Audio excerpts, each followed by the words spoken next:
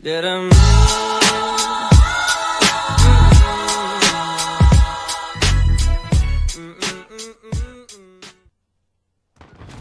going on, guys, and welcome back to another J-World video. So before we get into the video, I want to talk about the gameplay real quick.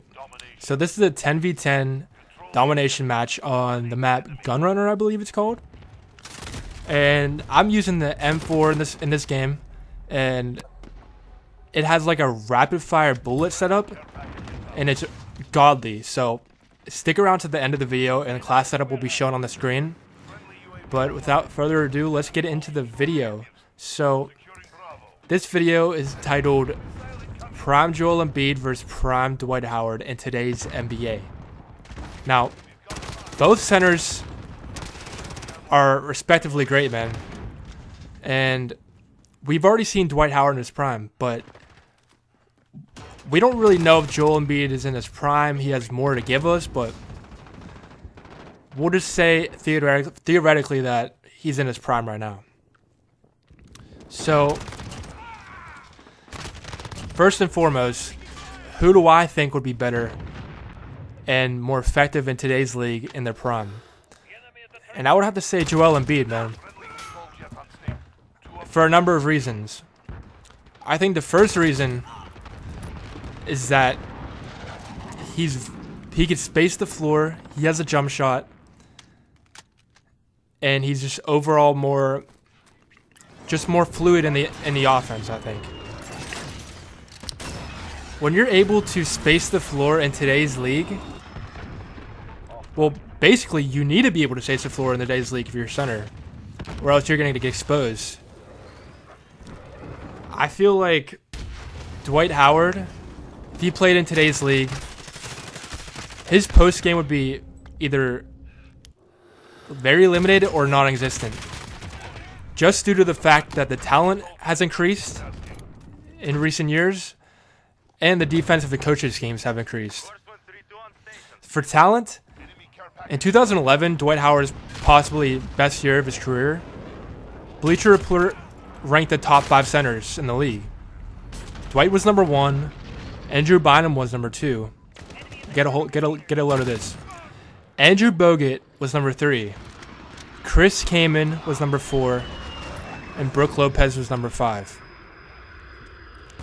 Now, for their time period, they were pretty good centers, man. They were decent centers. But compared to today's centers, it's not even comparable, man. These dudes were just big bodies that were just more effective than the other trash cans that played center. Let's just be honest. So, Dwight Howard, getting back to the topic, Dwight Howard's post game, I feel like, would be just completely non-existent due to the upgraded talent in recent years and because of the coaching schemes, man. Back when Dwight played in around 2000, or when he was in his prime in around 2011 or so, he would get one-on-one post matches, and there would be no double teams, bro. Either the double teams would be extremely late or just not there. And because of this, Dwight was able to just work the post at such an efficient rate. They would just feed him the ball, man, and he would just go to work. In today's league, he wouldn't get away with it, man. And when I'm talking about this, I'm referring specifically to playoff matches, because that's where teams try. And that's where everything becomes more serious and more true. So, teams like the Warriors, not this year's Warriors, but like last year's Warriors and like any other team, they would develop an effective coaching scheme to just get him out of the post first and foremost, to double him instantaneously and make him non-effective in the post. And that would only lead him to be able to catch lobs or get offensive rebounds, man.